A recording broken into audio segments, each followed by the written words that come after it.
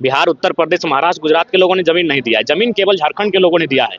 तो वहां तो सौतेला व्यवहार बिल्कुल नहीं होना चाहिए। वहाँ 75 क्या, अगर 100% भी कोई रिजर्व करता है तो बुरा नहीं है। हाईकोर्ट किसी दबाव में इस तरह का फैसला देखिए, ले रहा बिल्कुल दबाव है इसमें, कहीं ना कहीं आज आप सबको मालूम है कि आज जो भी विषय हैं वो कहीं ना कहीं दबाव के कारण ही आते हैं। तो ये बहुत दुर्भाग्य की बात है। हाँ, जमीन हमने दिया है तो वहाँ हक हमारा हो, इस बात को हाईकोर्ट को भी सुनिश्चित करना चाहिए। जयराम के विधायक बोल रहे कि खाली सीडी दे करके छात्र गुमराह कर रहा है आयोग को भी, परवाने नहीं है कि नहीं? अच्छा ठीक है, तो एक बार जो सत्ता पक्ष हैं, इनके मंत्रिमंडल में जिन्होंने स्थान पाया है, क्या उनमें सामना करने की साहस नहीं है? परिस्थितियों का सामना किया जाए। देखिए, ये दुर्भाग्यपूर्ण है और हम चाहते हैं कि इस पर पुनर्समीक्षा हो।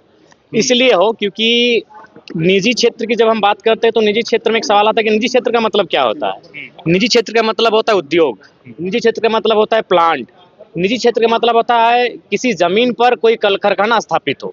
अब सवाल बनता है कि कल कारखाना के लिए जमीन भारत ने नहीं दिया है, पूरे भारत के लोगों ने नहीं दिया है। बिहार, उत्तर प्रदेश, महाराष्ट्र, गुजरात के लोगों ने जमीन नहीं दिया है। जमीन केवल झारखंड के लोगों ने दिया है। तो वहां तो सौतेला व्यवहार बिल्कुल नहीं होना चाहिए। वहाँ 75 क्या, अगर 100% भी कोई रिजर्व करता है तो बुरा नहीं है। इसलिए बुरा नहीं है क्योंकि वह जमीन उनकी एकमात्र पूंजी है, वह जमीन उनका एकमात्र सहारा है। लेकिन आप एक नियम लेके आते हैं, एक कल कारखाना स्थापित होता है और क्षण भर में वो सारी जमीन सरकार एक्वायर कर लेती है किसी कंपनी को देने के लिए। आपने तो विकास के नाम पर, उन्नति के नाम पर एक जमीन कंपनी को दे दिया। कंपनी ने लाखों करोड़ों का टर्नओवर किया, देश की उन्नति में काम आया, देश की अर्थव्यवस्था में काम आया। लेकिन उस किसान का क्या हुआ? जिस किसान के पास ये जमीन हड़प्पा काल से है, जिस किसान के पास ये जमीन महाजनपद काल, बुद्ध और तमाम मुगल काल से लेके अंग्रेज के कालखंड तक वो जमीन उस किसान के पास, उस किसान का क्या हुआ? एक झटके में उसका परिवार अपने सड़क पे लाके खड़ा कर दिया। तो इसलिए मेरा मानना है ये हाईकोर्ट को इस पर पुनर्विचार करना चाहिए। सरकार को फिर से मजबूती के साथ इस विधेयक को लागू करने के लिए प्रयासरत होना चाहिए। क्योंकि जमीन जिन लोगों ने दिया है वो झारखंड के लोग हैं। वहां तो किसी के साथ समझौता होना ही नहीं चाहिए।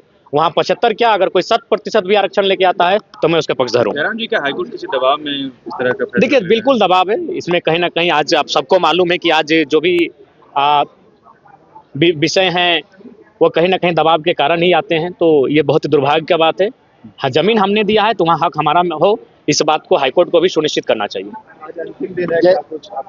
जी, आज सबसे पहले दो पार्ट होंगे आज के सत्र का।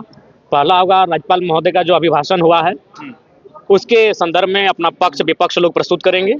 उसके बाद जो अनुपूरक बजट वित्त मंत्री के माध्यम से प्रस्तुत होगा, उसमें अपना तर्क पक्ष और विपक्ष के माध्यम से प्रस्तुत करेंगे। तो आज अभिभाषण और अनुपूरक बजट पे ही आज चर्चा परिचर्चा होगी। जयराम जी, सीजीएल को लेकर के फिर छात्र सड़क पर आए हैं रांची में। 15 को एक बार फिर से वो आंदोलन करने जा रहे हैं।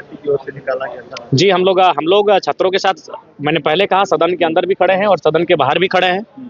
हमारी जो भूमिका है उस भूमिका में हम लोग जैसा पहले थे, आज भी उस भूमिका में हम लोग हैं। जयराम के विधायक बोल रहे कि खाली सीडी दे करके छात्र गुमराह कर रहा है आयोग को भी, परवाने नहीं है कि नहीं? अच्छा ठीक है, तो एक बार जो सत्ता पक्ष हैं, इनके मंत्रिमंडल में जिन्होंने स्थान पाया है, क्या उनमें सामना करने की साहस नहीं है? परिस्थितियों का सामना किया जाए। आपको अगर लगता है कि छात्रों के एविडेंस, तर्क अगर बेबुनियाद हैं तो आप सामना करके उनको क्लियर कीजिए ना। अगर अगर आपको लगता है आप सांच हैं तो सांच को आँच कैसा, जांच कीजिए। सांच को आँच नहीं होना चाहिए, उसकी जांच होनी चाहिए। और मैं आज फिर इस बात को सदन में उन दो विषयों के बीच इस विषय को मैं ऐड करके उठाने का प्रयास करूंगा।